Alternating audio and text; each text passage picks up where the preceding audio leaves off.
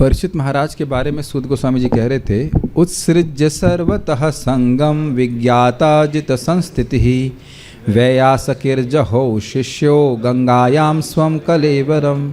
उत्सृज्य सर्वतः संगम, उन्होंने हर प्रकार की संग मतलब देह और देह अनुबंधी जितने भी, अनुबंधी मतलब देह से जुड़े हुए, अनुबंधी समझते, अनुबंध जिनका निरंतर बंधन रहता है कि भाई ये व्यक्ति तो निरंतर भाव रहता है ना कि मेरा बेटा है, मेरा पत्नी है, मेरे बच्चे, तो इस प्रकार के अनुबंधी संबंधों को त्याग करके विज्ञाता जित संस्थिति, भगवान अजित, भगवान श्री हरि के तत्व को वह समझ गए, समस्थिति सम्यक रूप से उनकी स्थिति को विज्ञाता समझ गए। एक अर्थ है कि उनको मृत्यु के समय, अपनी मृत्यु के समय उनको समझ गए, दोनों ही अर्थ ले लीजिए। कैसे समझ गए? वैयासकिर शिष्य, व्यास के पुत्र शुकदेव गोस्वामी का शिष्य बनकर, और इस प्रकार से जहौ गंगायाम स्वम कलेवरम, गंगा जी के तट पर उन्होंने अपना शरीर त्याग दिया। तो मानव को व्यक्ति आश्चर्य करे कि भाई ऐसा कैसे कर दिया? तो कह रहे ये उन्हीं के संग हुआ है, ऐसी बात नहीं है। ये शास्त्र का सिद्धांत है कि जो लोग भगवान की कथा में रत रहते हैं वो इस प्रकार की स्थिति को प्राप्त कर लेते हैं। बात समझ में, इसलिए वह श्लोक बोल रहे हैं आज का। केवल परीक्षित महाराज के संग ऐसा हुआ हो ये बात नहीं है, हम सभी के लिए बहुत प्रेरणादायक श्लोक है। जो भी भक्त भगवान की कथा को अपने जीवन में सबसे अधिक महत्व देता है, कथा सुनता है, तो उस प्रकार, इसके लिए इस प्रकार का संभ्रम ना होना, मृत्यु काल में भी भ्रमित ना होना, अभिभूत ना होना, ये कोई आश्चर्य की बात नहीं, ऐसा होता ही है। इट्स वेरी इंटरेस्टिंग, नहीं? मृत्यु का भय किसको होता है? जो व्यक्ति धीर नहीं, जो इंद्रियों को सीमित नहीं किया, भगवान के जो भक्त है वो जान रहा है कि भगवान के आश्रय में वो हमेशा से है, तो उसको भयभीत नहीं होता। हाँ, एक बात कल रह गई थी, वो मुझे अतिरिक्त हो गया। मैंने आप लोग को, हम लोग कोट किए थे, नारायणा परा सर्वे ना कुतश्चन भिव्यति स्वर्गाप वर्ग नरकेशु अपितुल्यार्थ दर्शिना। जो नारायण पर हैं वह है स्वर्ग और नरक को एक तरह से देखते हैं। तो मैं कुछ स्पष्ट नहीं कर पाया था कि वो हो क्यों रहा है। देखिए सीधी बात है, नरक में जाएगा तो क्या प्राप्त होगा? दुख। कहाँ से प्राप्त होगा? बाहर से। स्वर्ग जाएगा तो सुख कहाँ से मिलेगा? बाहर से। लेकिन भक्त का सुख और दुख ना कोई मतलब ही नहीं, बाहर से है ही नहीं। जैसे अभी आप देख लीजिए, यहाँ एसी चल रहा है और बाहर भी एसी चल रहा है ना? कुछ समझ में आ रहा है? क्लियर?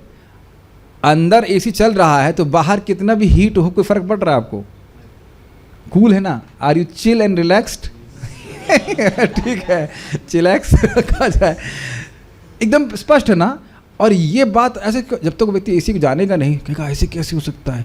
अरे इतने सारे लोग, मान लो खाली देख रहा हो कि इतने सारे भक्त बैठे हो यहाँ पे, इनकी तो हालत खराब हो रही होगी। समझ रहे हो उदाहरण? लेकिन आप लोग एकदम चिल हैं, बिल्कुल अच्छे से बैठे हुए हैं, कोई दिक्कत नहीं है। यद्यपि बाहर, जस्ट बाहर, इस दरवाजे के 9 इंच के बाहर, सॉरी दीवार के 9 इंच के उस तरफ बहुत हीट है। अनुभव किया था ना हीट? अभी एकदम कूल है कि नहीं? उसी प्रकार से भगवान से जिसको प्रेम हो जाता है वो चाहे भगवान का स्मरण करे। स्मरण कहाँ कर सकते हैं आप? कहीं भी कर सकते हैं। जस्ट फॉर एग्जांपल, कीर्तन करे, श्रवण करे, कुछ भी, उसको अत्यंत असीमित सुख मिलता है। जब इस प्रकार का भक्त हो गया तो बाह्य सुख और दुख से क्या प्रभावित होने वाला है? तो ये बात हमारी छूट गई थी बताने के लिए कि क्यों भक्त लोग प्रभावित नहीं होते। और इसको आप अभी 19वें अध्याय में देखने लगे। कहते हैं वो सर्प जो आता है वो आता रहे, आप कथा सुनाइए, बस गायति विष्णु गाथा, आप विष्णु की कथा सुनाइए, वो सर्प कभी भी आके काटने हमें कोई चिंता नहीं है। ये स्पष्ट अभी आप देखेंगे परीक्षित महाराज बोले, कोई दिक्कत नहीं है। ये बात हो सकता है हमारी इतनी आसक्ति है, कोई कहे कि आपकी चप्पल चुरा के कोई जा रहा है तो आप कथा छोड़ के चले जाओ, हमारी चप्पल बचानी है, 5000 रुपये की चप्पल, हो सकता है।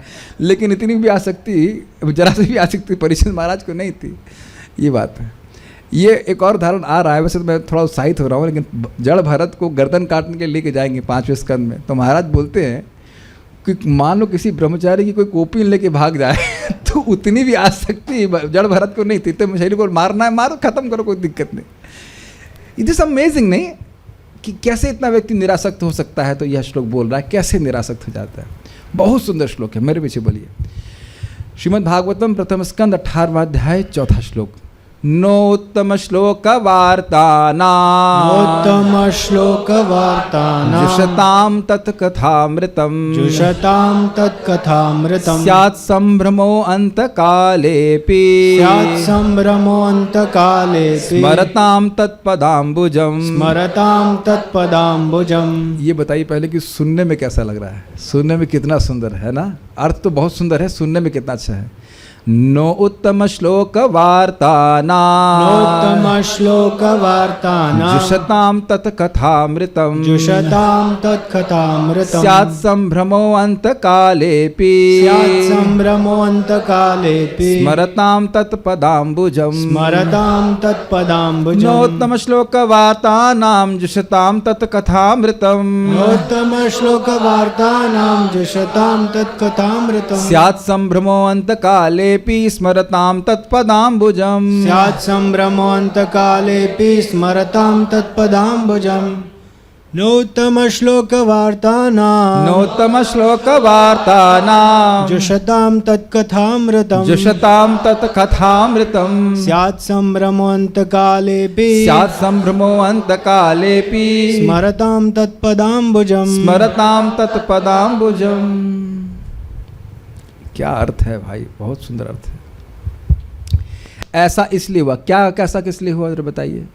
परीक्षित महाराज भ्रमित अभिभूत नहीं हुए तक्षक के भय से, इसलिए ऐसा इसलिए हुआ क्योंकि जिन्होंने वैदिक स्रोतों से स्तुति की जाने वाले भगवान की दिव्य कथाओं के लिए ही अपना जीवन अर्पित कर रखा है। ये नहीं कि अब पूरा समय बच्चा रो पिट करके आए और घंटा आधा घंटा सुन लिए, वहाँ सुनते हैं, हीयरिंग में भरना है आधा घंटा, ये नहीं है सोच रहे, ये नहीं। दिव्य कथाओं के लिए ही अपना जीवन अर्पित कर रखा है। मतलब जैसे यहाँ पे आप देखते हो लोग दारू पीने के लिए ही नौकरी कर रहे हैं, बच्चे पालने के लिए ही नौकरी कर रहे हैं, करते कि नहीं। इसी तरह जीवन समर्पित करने का अर्थ है अर्पित। क्या करना है, जी क्यों रहे हैं, कथा के लिए, भजन के लिए। और जो निरंतर भगवान के चरण कमलों का स्मरण करने में लगे हुए हैं, उन्हें अपने जीवन के अंतिम क्षणों में भी किसी प्रकार की भ्रांति होने का डर नहीं रहता। कितना सुंदर बात आप सीख रहे हो। क्या आप लोगों को कुछ अच्छा नहीं लग रहा है? कितना सुंदर अपने को शिक्षा मिल रही, दिख रहा है कि क्या करना है। अगर वाकई मृत्यु के भय से हम मुक्त होना चाहते हैं तो क्या करना बताइए। कौन से, मैं ऑप्शन दे रहा हूँ, इजी होगा, multiple choice. Software job, electrical engineering, दोनों में स्त्री काम नहीं करती। डॉक्टर, तो डॉक्टर को तो सारी बीमारी से बचाते, डॉक्टर या फिर कंपनी सेक्रेटरी पकड़ लेते हैं इनका। चारों में से कौन सा ऑप्शन है? नन ऑफ द अबव है कि नहीं। राजा बनने से भी भय नहीं जाता है, हिरण्यकशिपु को भय नहीं गया था, भगवान की कथा सुनने से भय जाता है। और तो केवल भय दूर करने के लिए कथा नहीं सुन रहे हैं, लेकिन कथा किस लिए सुन रहे हैं जरा देखिए। अब देखिए कितना सुंदर अर्थ लिखा गया। उत्तम श्लोक वार्तानाम, उत्तम श्लोक का अर्थ समझ में आता है जिन भगवान की, यह प्रभुपाद अनुवाद कर रहे हैं, श्री भगवान जिनका गायन वैदिक स्रोतों से किया जाता है, उन पर जीवित रहने वालों का। पहले थोड़ा समझने का प्रयास कीजिए। उत्तम श्लोक शब्द का क्या अर्थ है? उद्गत तमः यस्मात्, तो वो जो तम से ऊपर उठ गए हैं, उठ गए नहीं, उठे हुए हैं। तो भगवान तो हमेशा तम से ऊपर उठे हुए हैं, या जिनका आश्रय लेकर व्यक्ति तम से ऊपर उठ जाता है।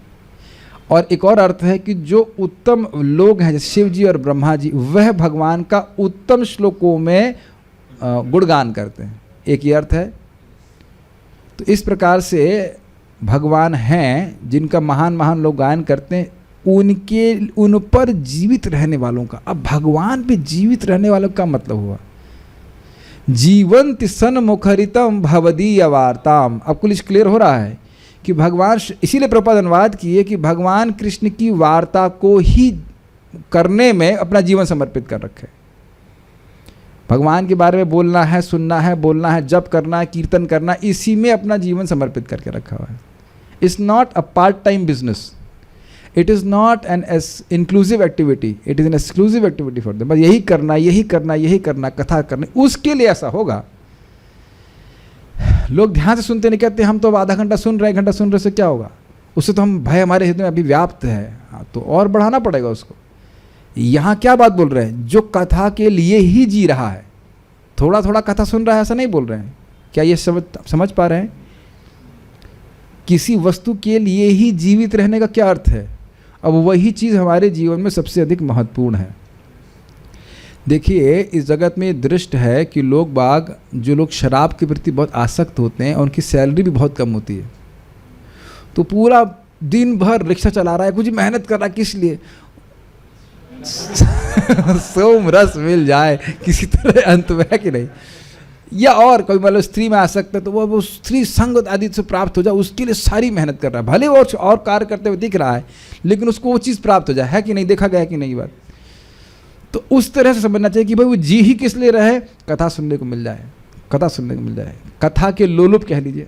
इस तरह से हमको बहुत अच्छा शब्द लगा, उत्तम श्लोक वार्ता नाम, उन लोगों के लिए। तत् कथामृतम, तत् मतलब भगवान श्री कृष्ण और उनकी कथा के अमृत को, तथा श्री भगवान की दिव्य कथाओं को सुनने में जुशताम, लगे रहने वालों का।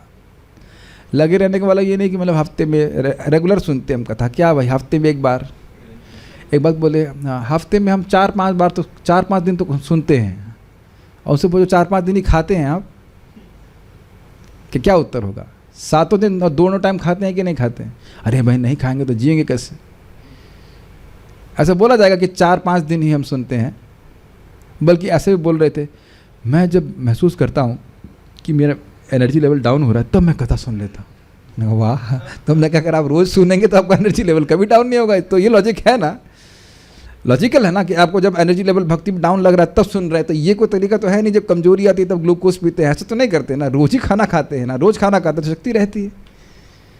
हमको शब्द, एक एक शब्द बहुत अच्छा लगा। जुशताम का था ना, लगा हुआ है, लगा हुआ है, ये सुनना, वो सुनना, ये सुनना, ऐसे लगातार कथा में लगा हुआ है। तत्पदाम्बुजाम स्मरताम, एवं उनके चरण कमलों का स्मरण करने वालों का। अब आप इसको अलग मत देखिएगा, जो व्यक्ति कथा सुनने में ही अपना जीवन लगाया हुआ है वो स्मरण किसी और करेगा। मैं भी देख रहा था कि जब मैं भी लौट के आ रहा था अपने ऑफिस से यहाँ पे, तो भागवत का श्लोक मन में अपने आप ही आ रहा था, जिनका हमने पारायण किया है, इसको सुना है। इसको मैं अथा एनम न वधिष्या, अरे कुछ था, अथा एनम वधिष्यामि, इसको मैं मारूंगा, ऐसे करके जो कली को बोल रहे थे परीक्षित महाराज। अब हो सकता है बाह्य रूप से जो मैं सोच रहा हूँ, मैं ये नहीं कह रहा हूँ कि सारे गुण मेरे में, हमें तो लालसा हो रही है कि ऐसे गुण हो जाएं, लेकिन थोड़ा बहुत श्रवण कीर्तन कर रहे हैं तो धूप सर पे लग रही है, लेकिन मन में भागवत श्लोक चल रहा था, एनम, इसको मारूंगा जरूर मैं। और यह भी नहीं कि मैं कुछ प्रयास कर रहा हूँ, अपने आप ही रहा है। आप लोगों को भी होता हुआ, कुछ श्लोक अच्छा लगता है तो मन में वास्मरण होता रहता है। तो अब जम के श्रवण कीर्तन चल रहा है तो बात के कुछ और सोचेंगे क्या? नहीं सोचेंगे। बल्कि एक मैं अपने अनुभव से बता रहा हूँ, कभी कभी कुछ भौतिक वार्ता भी करनी हो या कुछ होती भी है तो उसमें एनर्जी समाप्त हो जाती है। प्राणनाथ तो साक्षात बैठे हुए हैं, आप ही मुझे बता रहे थे ना कि कोई भौतिक वार्ता होती है तो मैं तुरंत थक जाता हूँ। Is it not? Pure devotee sitting, आपको पता नहीं है कि बीच में हमारे अच्छे मित्र हैं, लेकिन बस वंडरफुल, आई हर्ड फ्रॉम, हमने कहा कितना अच्छा नहीं, कोई मैं थक गया हूँ, आई वांट टू स्लीप। कोई भौतिक वार्ता चले मैं थक गया हूँ, लेकिन कथा सुनने का उत्साह बढ़ रहा है। सो सी, दिस इज़ वेरी नाइस, ये प्योर डिवोटी। तो और मैं देखा कैसे प्रभु जी धुआंधार जप करते हैं। 108 110 तो किए हैं, बहुत बार आते हैं, बहुत आराम से कर लेते हैं। Anyhow, every devotee is so special.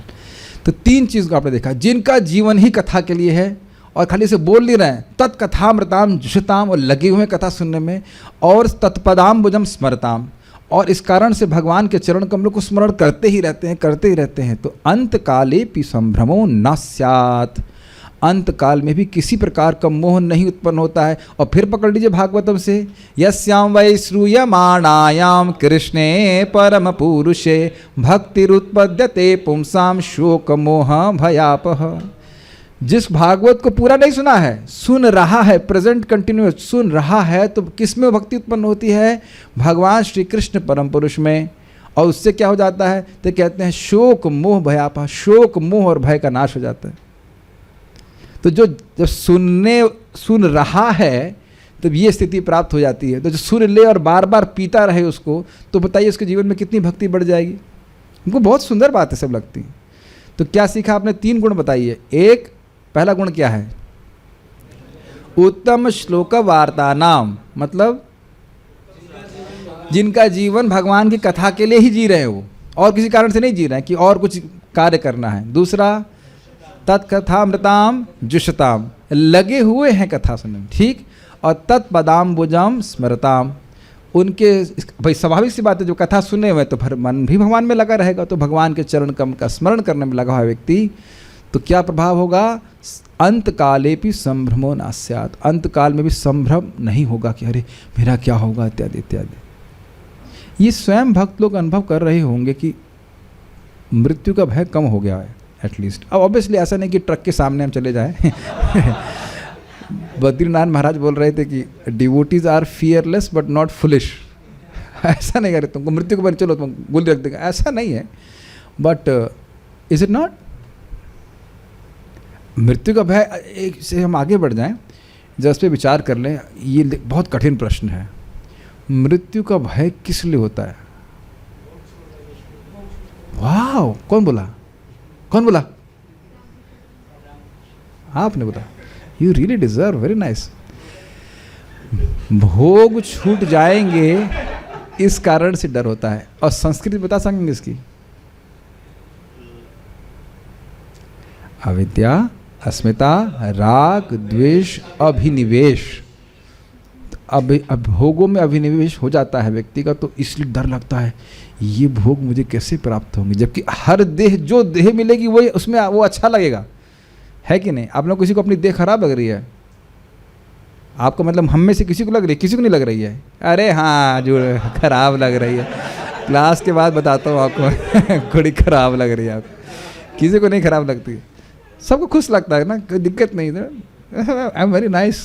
कौन बोलता है आई एम वेरी बैड? कोई तो नहीं बोल रहा है इतना। तो भोग जो है मिल ही जाते हैं, तो भोग छूटने का बहुत डर रहता है लोग, ये रहता है। तो आप समझ गए, इस प्रकार का मोह उनके चित्त में नहीं रहेगा। श्लोक समझ में आ रहा है? न उत्तम श्लोक वार्ता नाम, जिनका जीवन ही उत्तम श्लोक भगवान श्री कृष्ण है। जुषताम तत्कथामृतम, जो भगवान की कथा के अमृत को पान करने में लगे रहते हैं। स्मरताम तत्पदाम्बुजम, जो उनके स्मरण करते रहते हैं चरण कमलों का।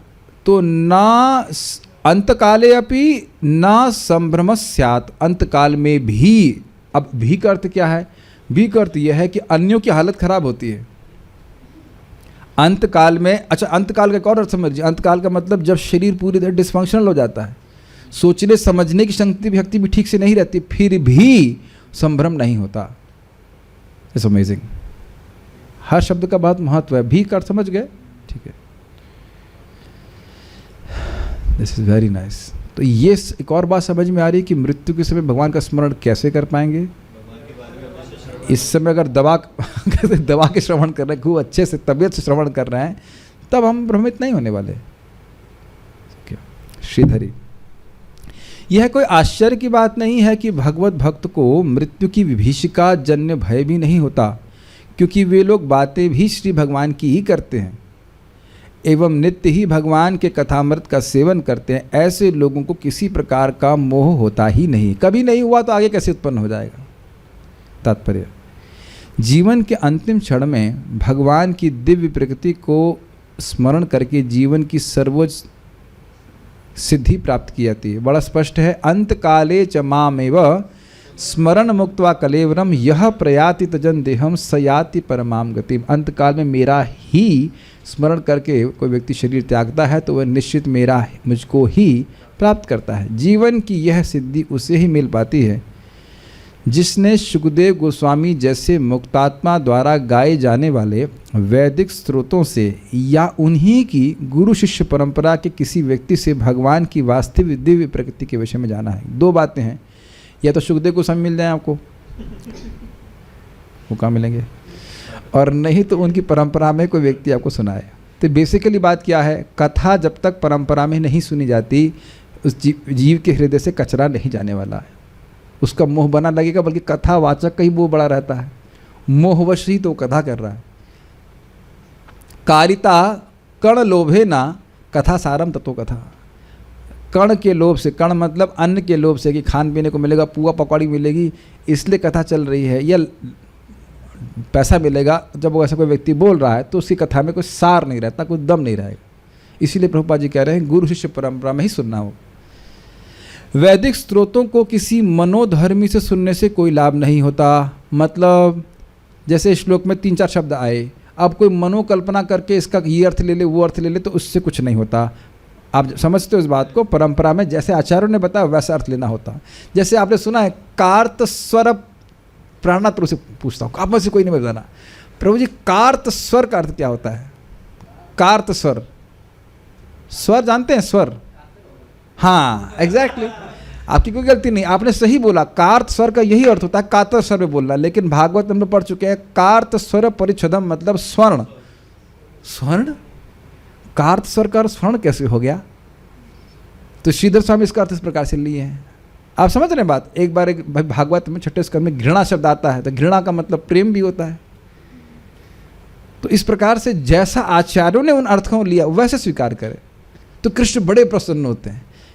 आप परम पूज्य राधाकुंज महाराज जी के प्रवचनों को सुनते होंगे, जो नए लोगों को समझ में नहीं आता है, जो लोग नहीं क्या समझ में नहीं आता मैं समझा रहा हूँ तो मुझे कुछ समझ में अच्छे क्यों लग रहे हैं, पहले बात में समझ में नहीं आती थी, बाद में समझ में आ रहा कि महाराज अपनी बात बोलते ही नहीं हैं, वो एग्जैक्ट बोल रहे होते हैं आचार्यों की बात।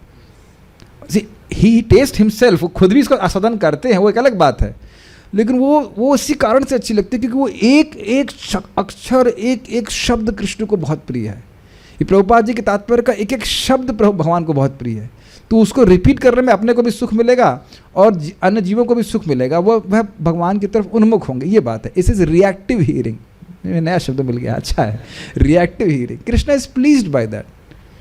नहीं अपने मन से बोलने वाले क्या है, कुछ नहीं, कृष्ण भी अंदर बैठे गए क्या बोल रहा है ये बात कुछ अजब नहीं हो रही, कुछ भी बोल रहा है, ठीक है। किंतु जब उन्हें किसी वास्तविक स्वरूप सिद्ध व्यक्ति से सुना जाता है और सेवा तथा विनय पूर्वक उसे ठीक से समझा जाता है, तब हर बात पारदर्शी रूप से स्पष्ट हो जाती। इन दो बातों को समझने का प्रयास कीजिए। देखिए, अगर हम ये समझ रहे हैं कि टीचर से अधिक हम जानते हैं तो फिर विनय और सेवा की भावना नहीं होती है कि नहीं?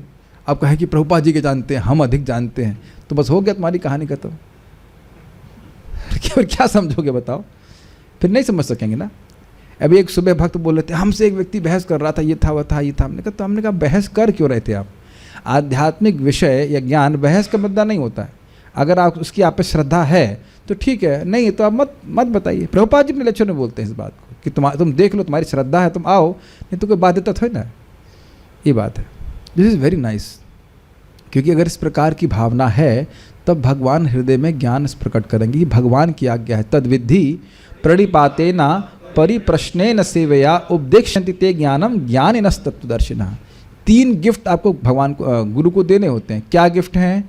प्रणिपात यानी कि सरेंडर की भावना, नम्रता की भावना। उसके बाद परिप्रश्न, ये नहीं पूछना कि अरे थोड़ा मजाक कर रहे हैं, परम पूज्य राधाकुंज महाराज बोलते हैं गुरु जी से पूछते, गुरु जी आप तो घूमते ही रहते हैं, कहीं शादी करवा दीजिए हमारी लड़की ढूंढ दीजिए हमारे लिए या क्या कहते हैं, मतलब कोई लड़की का पिता बोले कि भाई हमारी लड़की के लिए लड़का ढूंढ दीजिए, ये वो इत्यादि। एक व्यक्ति तो हमसे आके बोले आप ही को कराना है सब कुछ। हमने क्यों भाई इसीलिए ब्रह्मचारी हुए हम यही काम करते रहे व्हाट इज दिस? आप तो फालतू में गले में पड़ रहे हो ये प्रश्न करना चाहिए कि आध्यात्मिक प्रश्न आपको क्या जिज्ञासा क्या है, कुछ पूछना चाहिए ना है कि नहीं? और लास्ट क्या है? सेवा। देखो एक सीधी सी बात है, बहुत अच्छी बात रमाकांत प्रभु बोल रहे थे, उनसे कोई बहुत हाई प्रश्न किया। अब प्रभु जी तो बहुत अच्छे जानते हैं, बोले कि मैं आपको बताऊंगा अभी तो आपको समझ में आएगा, आप कहीं 2 4 5 माला जप कीजिए, तब कुछ भजन करो, तब तो कुछ बात आपको समझ में आएगी ना, है कि नहीं? कुछ सेवा दी जाती है, सेवा का अर्थ केवल हमेशा फिजिकल सेवा नहीं, कुछ भी बोला जाए कि आप सुबह उठो जप करो, तब तो कुछ बात समझ में आती है ना। अरे कम से कम पानी दो at least.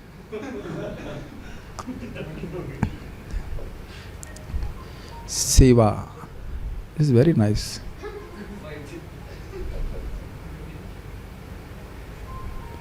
Sincere service attitude is the point. और यही चीज सूत गोस्वामी से भी कही गई थी। उनसे पूछा गया कि आप शास्त्रों का सार क्या है जो जीवों को संतुष्ट कर दे, तो कहेंगे मुझे, आप लोग ये सब क्यों सोच रहे हो कि मुझे पता है सारे शास्त्रों का सार? तो कहते कि आप स्निग्ध शिष्य रहें, स्निग्ध प्रेमवत, जो प्रेम से भरा हुआ शिष्य है, जो गुरु से प्रेम करता है, उनको गुरुवो गुह्यम अपि उतो, जो गुरु हैं वह गुह्य बात भी बताते हैं। तो आपके गुरुओं ने ज़रूर ये बात बताई। गुरु कौन है? सूत गोस्वामी जी के,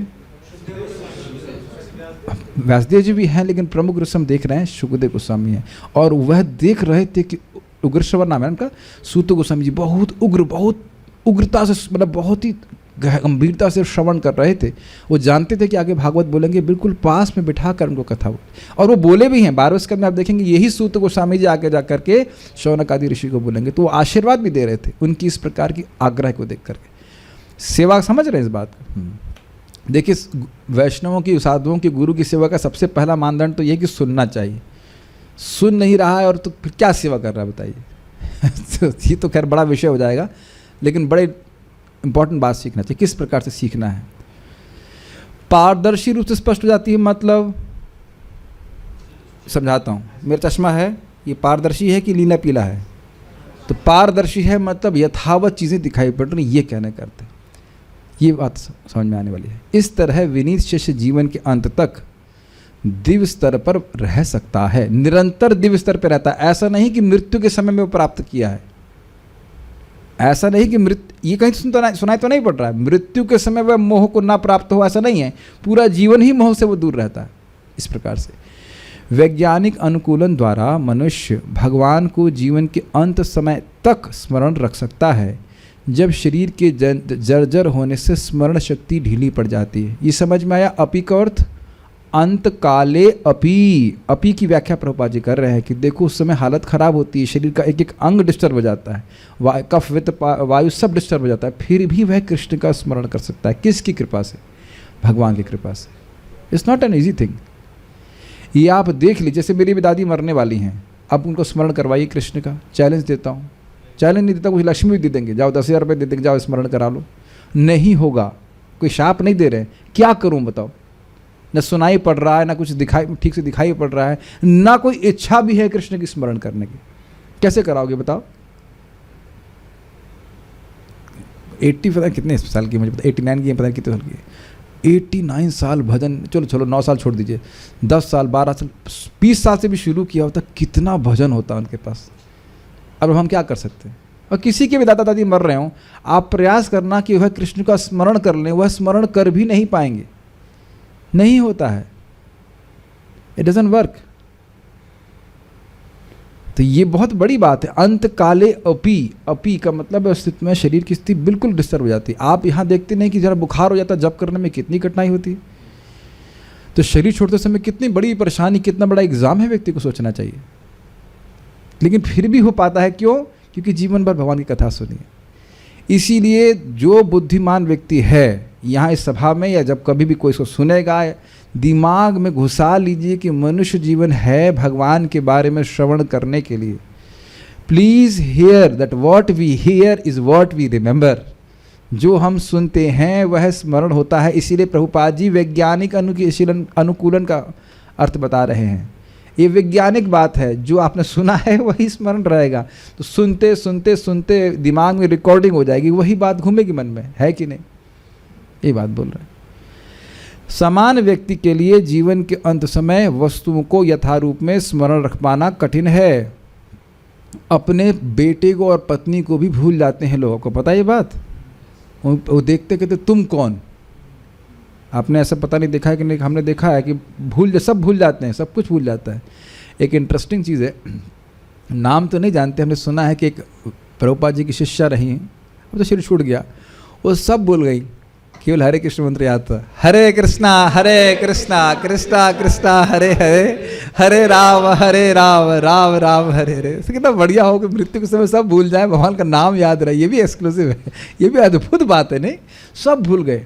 यहाँ तक कि एक भक्त बता रहे थे कि एक सन्यासी थे, अद्भुत सन्यासी, उनका ऑपरेशन होना था और वो पूरा बेहोश थे, फिर भी Hare Krishna Krishna. This is amazing how Krishna is loving his devotees. पूरा बेहोश, कहते हैं उनके, फिर उनके चरणों की धूल उन भक्त ने ली। ये कैसे हो सकता है? जो व्यक्ति पूरा, क्या कहते हैं उसको, एनेस्थेसिया, क्या बेहोशी में हो, वो हरे कृष्ण मंत्र कैसे बोलता है? एकदम स्पष्ट बोल रहे थे। तो ये दिखा रहा है कि भगवान इंद्रियों में प्रवेश कर जाते हैं। जिसने जीवन भर भगवान का श्रवण कीर्तन किया है, कैसे भगवान उसको मृत्यु के समय भूल जाएंगे बताइए? बहुत अच्छी बात है। तो सामान्य व्यक्ति के लिए बड़ा कठिन है, लेकिन भगवान तथा उनके प्रमाणिक भक्तों या गुरुओं की कृपा से मनुष्य को यह अवसर सहज ही प्राप्त हो जाता है। क्यों? श्रवण कीर्तन तो व्यक्ति करता ही है कि नहीं? भगवान के बारे में श्रवण कीर्तन करता रहेगा, भक्तों के संग में पूरा जीवन पार कर जाएगा, भगवान के पास पहुंच जाएगा। It's that easy actually.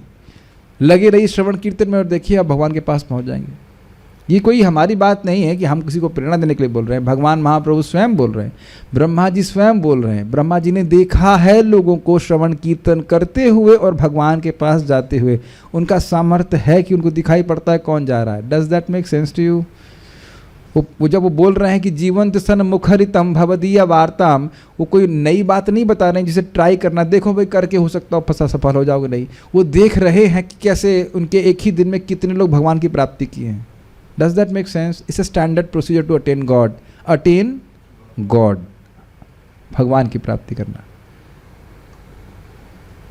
आज भी मैं परम पूज्य राधा गोविंद महाराज का भगवत धर्म प्रवचन सुन रहा था, उसमें महाराज यही बात बता रहे थे, सबसे महत्वपूर्ण है श्रवण, सबसे महत्वपूर्ण है श्रवण।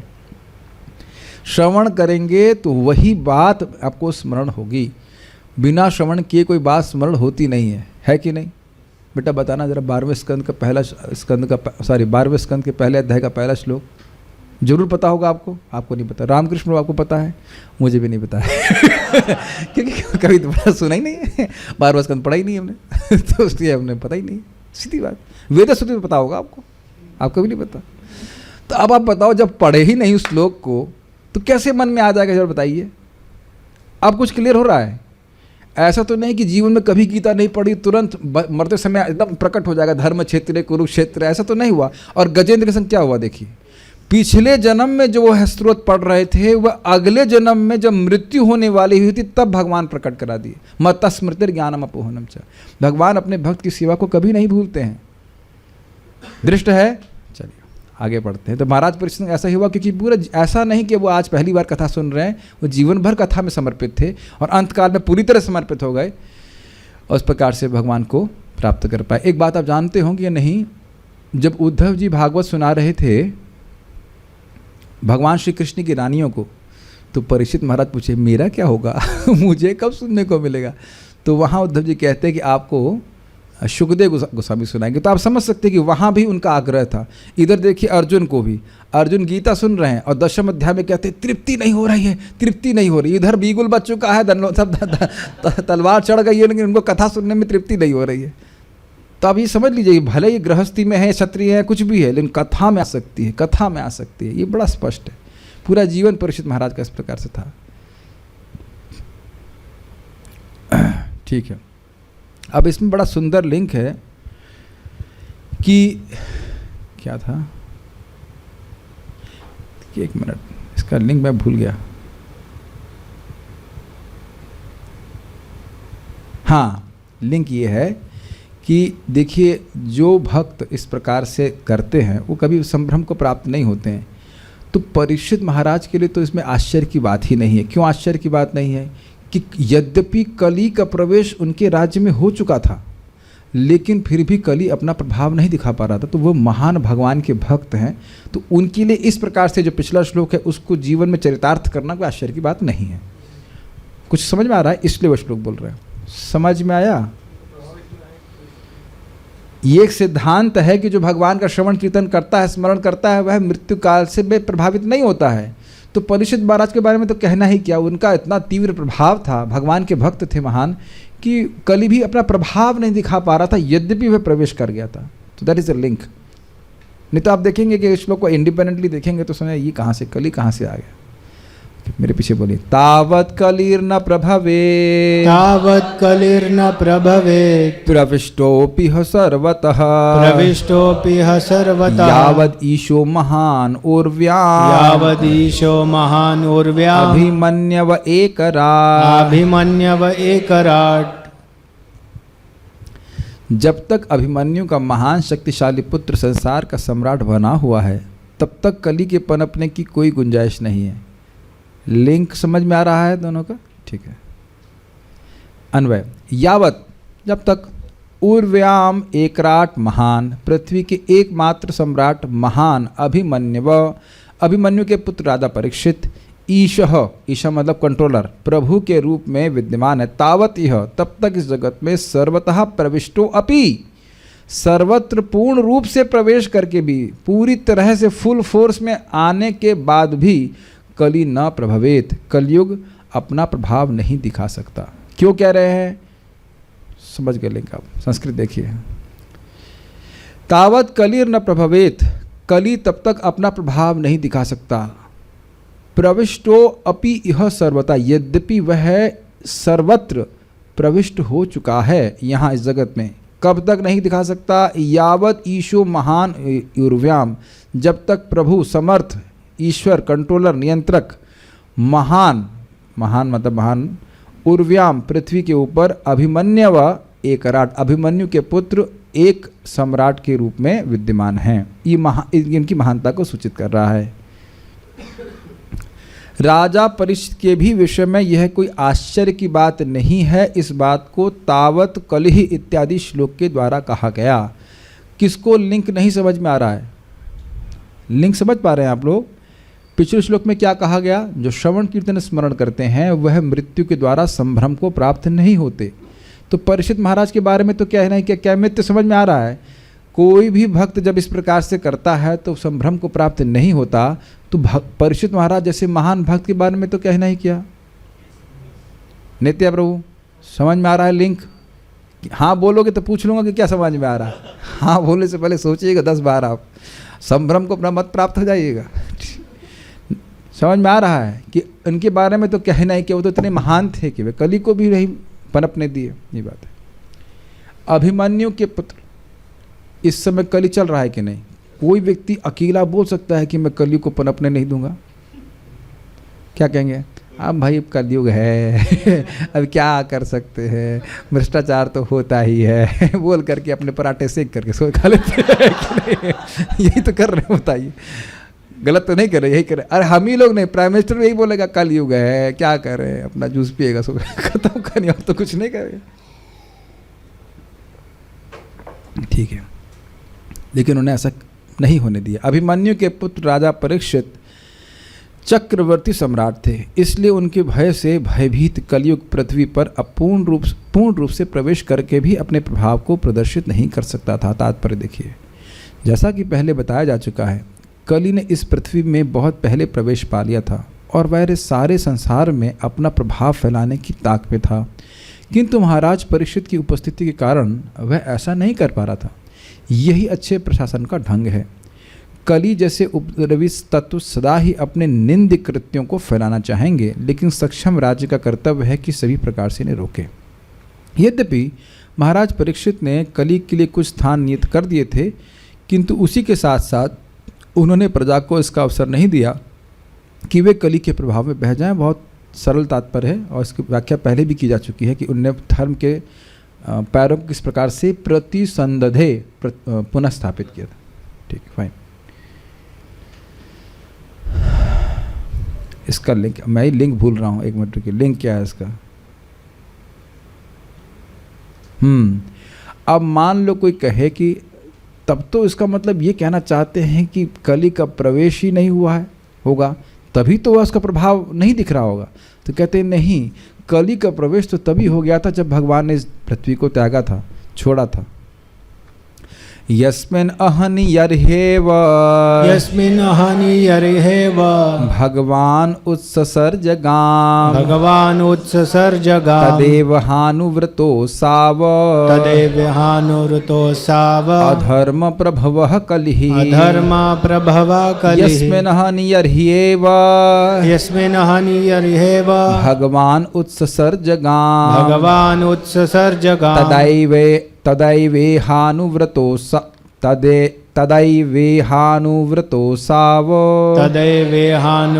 साव अधर्म प्रभवः कलिः। हम स्पीड तेज तो नहीं कर रहे हैं, इधर ओके फाइन, ठीक है। जिस दिन तथा जिस क्षण भगवान श्री कृष्ण ने इस पृथ्वी को छोड़ा, उसी समय समस्त अधार्मिक कृत्यों को बढ़ावा देने वाला कली इस संसार में आ गया। तो ऐसा नहीं सोचना है कि कली आया नहीं था, कली का प्रवेश हो गया था। लेकिन वह उनकी प्रभाव के कारण अपना प्रभाव नहीं दिखा पा रहा था, अर्थात परीक्षित महाराज के प्रभाव के कारण। यस्मिन अहोनि, अह का मतलब होता है दिन, तो जिस दिन, यही एवा, जिस क्षण में, भगवान गाम उत्सर्जा, भगवान श्री कृष्ण ने पृथ्वी को त्याग दिया। गाम का अर्थ तो कई बार सुन चुके हैं यहाँ पर, गाम का मतलब पृथ्वी होती।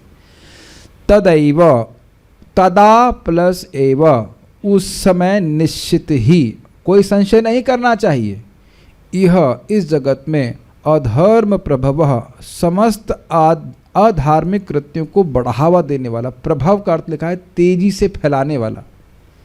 ये कली का मुख्य प्रभाव है कि अधर्म को बढ़ाता है। किसके द्वारा? असत्य को बढ़ाने के द्वारा। असौ, वह कली अनुप्रवृत्तो, प्रविष्ट हो गया। संस्कृत देखिए, यस्मिन अहनि, जिस दिन, यर्हि एवा, जिस क्षण, भगवान उत्सर्जगाम, भगवान ने पृथ्वी को त्याग दिया था, तदेव इह अनुवृत्तो असाव, असौ, उसी दिन, अनुवृत्ति यानी कि उसका प्रवेश हो गया था। असौ को मतलब वो कली है, उस कली का, वह उस कली का प्रवेश हो गया था। कैसा कली?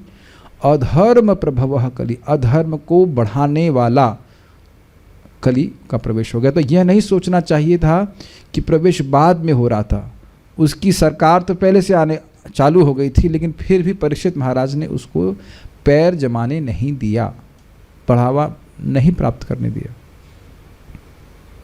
सब लोग फॉलो कर पा रहे हैं? कठिन तो नहीं हो रहा है? ठीक है, श्रीधरी। यदि कोई यह कहे कि तब तो उस समय तक कली का पृथ्वी पर प्रवेश ही नहीं हुआ होगा, तो ऐसी बात नहीं। कई बार ऐसा लोग होता है कि किसी गुण सुनेंगे तो उसको मिनिमाइज कर देंगे, मान, अरे ऐसे ही है, कोई भी कर सकता है, कोई भी कर सकता है, कोई भी कर सकता है, 16 माला कोई भी कर सकता है और खुद नहीं कर पाएगा। गीता कोई भी लिख सकता है, तुम लिख के दिखाओ। तो ऐसा नहीं है, कली का प्रवेश उस समय नहीं बता। कहने का अर्थ समझ रहे हैं? कली का, मान लीजिए सिंपल सी बात है कि आप कोई नया बिजनेस शुरू कर रहे हैं तो थोड़ा समय लगेगा कि नहीं, लेकिन अगर बिजनेस आपका सेटअप हो गया है तो आप थोड़ा उसमें पावरफुल हो, नहीं? तो ऐसा नहीं था कि परीक्षित महाराज के समय कली का प्रवेश हो रहा था, ऐसा नहीं था कि वो जड़ें जमा रहा हो, अपना बिजनेस खोल रहा हो, उसका बिजनेस सेटअप हो गया था। कुछ अब स्पष्ट हो रहा है? तो लिंक कुछ समझ पा रहे हैं? इससे और कुछ क्लियर हो रही है, परीक्षित महाराज का गुण क्लियर हो रहा है। ऐसा नहीं था कि कलयुग अभी मतलब धीरे धीरे आ रहा ईस्ट इंडिया कंपनी की तरह नहीं, वो स्टैब्लिश हो चुका था और फिर भी परीक्षित महाराज उसको बढ़ने नहीं दिए, ये अर्थ है। कुछ अंतर दिख रहे हैं? कोई नया होता उसे दबा दिए होते तो अलग बात है। जैसे यहाँ देखिए कि कोई नया चोर है तो उसको पुलिस को दबाने में कोई कठिनाई नहीं होती है, लेकिन अब जो पूरा गैंग बन चुका है, जो काफ़ी बड़ा गैंग बना चुका हो, उसने अपने प्रभाव को फैला लिया, उसको दबाने में कठिनाई होती है कि नहीं होती? तो इस प्रकार से उसने अपने सिस्टम को फैला लिया था कलयुग ने, लेकिन फिर भी परीक्षित महाराज को रोक दिया, ये कहने का। अब एक भक्त ने पूछा कि ये परीक्षित महाराज को कब मालूम चला कि कलयुग आ चुका है? तो उत्तर मैंने क्या दिया जानते हैं? भाई डेट हमको नहीं पता। वो क्या बता, ये लिखा है कि परीक्षित महाराज सुने कि कली प्रवेश कर गया तो उनको अच्छा नहीं लगा, डेट तो नहीं बताए। डेट प्राण प्रभु, हाँ भाई अर्जुन के पैदा होने की डेट तो प्रभु जी बता ही चुके हैं। हाँ, क्या है डेट?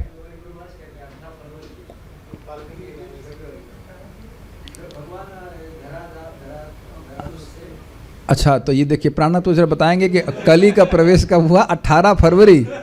अच्छा, वो आपने 31 फरवरी नहीं कहा। ठीक, कलयुग है, कुछ भी कहा जा सकता है।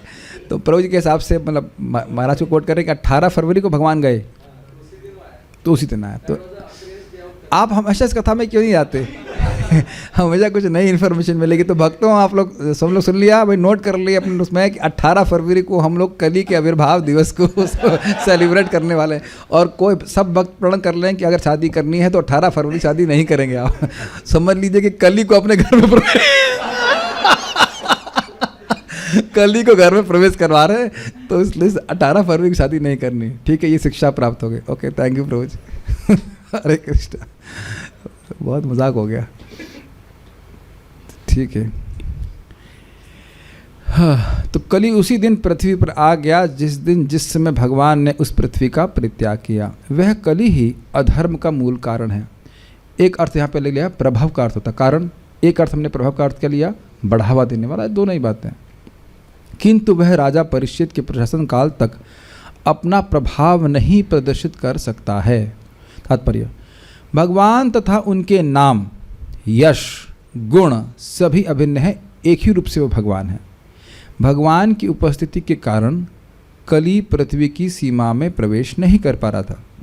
कितना सुंदर प्रभुपाद का तात्पर्य है।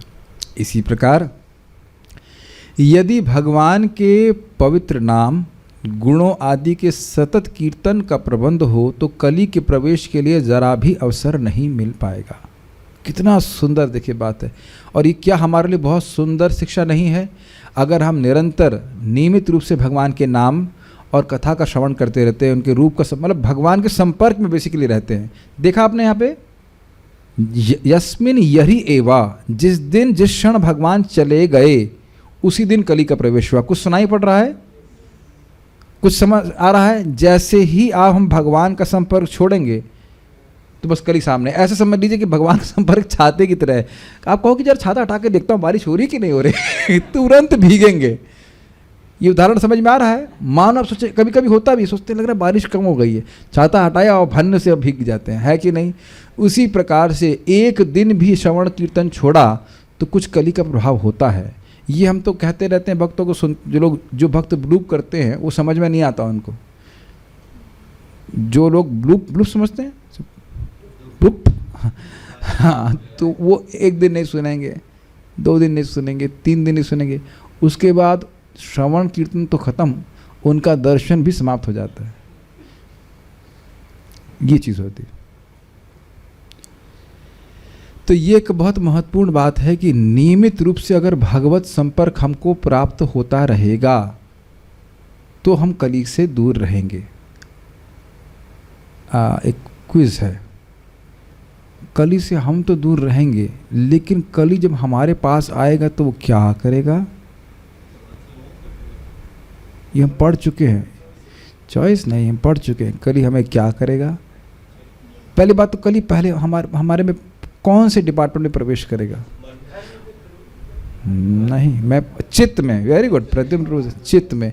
और चित्त में आकर के फिर क्या करेगा? यस, कि ये अवैध संग, अरे वाह, दारू, अरे दारू नहीं बेटा ये सोमरस है ऐसा कुछ बोलेगा। जुआ खोलो देखो खूब पैसा है इसमें, इत्यादि इत्यादि। जहाँ हमारी मति भी नहीं जा रही थी वहाँ मति जाने लग जाती है। ये प्रभाव है कली का। ये आप लोग सुन चुके होंगे। पहले उसको याद आ रहा है क्यों सोना बोल रहा था? क्योंकि जब तक अनावश्यक धन इकट्ठा नहीं होगा उनकी मति में वो प्रवेश नहीं कर पाएगा। This is how it is. नहीं तो आप बताओ, क्या कोई जबरदस्ती अवैध संग करा सकता है क्या? कि शराब पी नहीं तो मुंह खोल के शराब पी रहा है, तो कैसे कहीं नहीं होता कि कोई मुंह खोल करके जबरदस्ती यमदूत की तरह ठूस रहा है। हर व्यक्ति स्वेच्छा से कर रहा है इसको, है कि नहीं? यहां पे कभी कभी हम देखते हैं, एक भक्त को देखा, अरे प्रसाद के लिए बहुत लंबी लाइन है, हम कहीं और जाकर खा लेंगे। लेकिन जो लोग शराबी होते हैं, देखा लाइन में लग करके शराब लेते लंबी लाइन में, ये तो नहीं कहते लंबी लाइन है छोड़ो आज चढ़ना मत, पी के रह जाते लगा है ना, उसकी इंद्रिया लगी पड़ी। पिक्चर देखने के लोग कितने लंबी लंबी लाइन लगा कर खड़े होते हैं, है कि नहीं? आजकल भी करते ही होंगे, पता नहीं रहता है। पहले तो दृष्ट था ये बात, हाँ, तो बहुत लंबी लाइन लगी रहती। बहुत हमको अच्छा ये बात लग रही। इसी प्रकार यदि भगवान के पवित्र नाम गुण आदि के सतत कीर्तन का प्रबंध हो तो कली के प्रवेश के लिए जरा भी अवसर नहीं मिल पाएगा। ये अपने चित्त में देखिएगा, खूब प्रचुर मात्रा में जप करते हैं, कीर्तन करते हैं, तो ये टेंडेंसी कम हो जाती है। देखिए मैं अभी कर नहीं पा रहा हूँ, लेकिन प्रभुपाद जी का शब्द है कि अगर 64 माला जप करेंगे तो 4 नियमों का पालन करना बड़ा आसान हो जाएगा।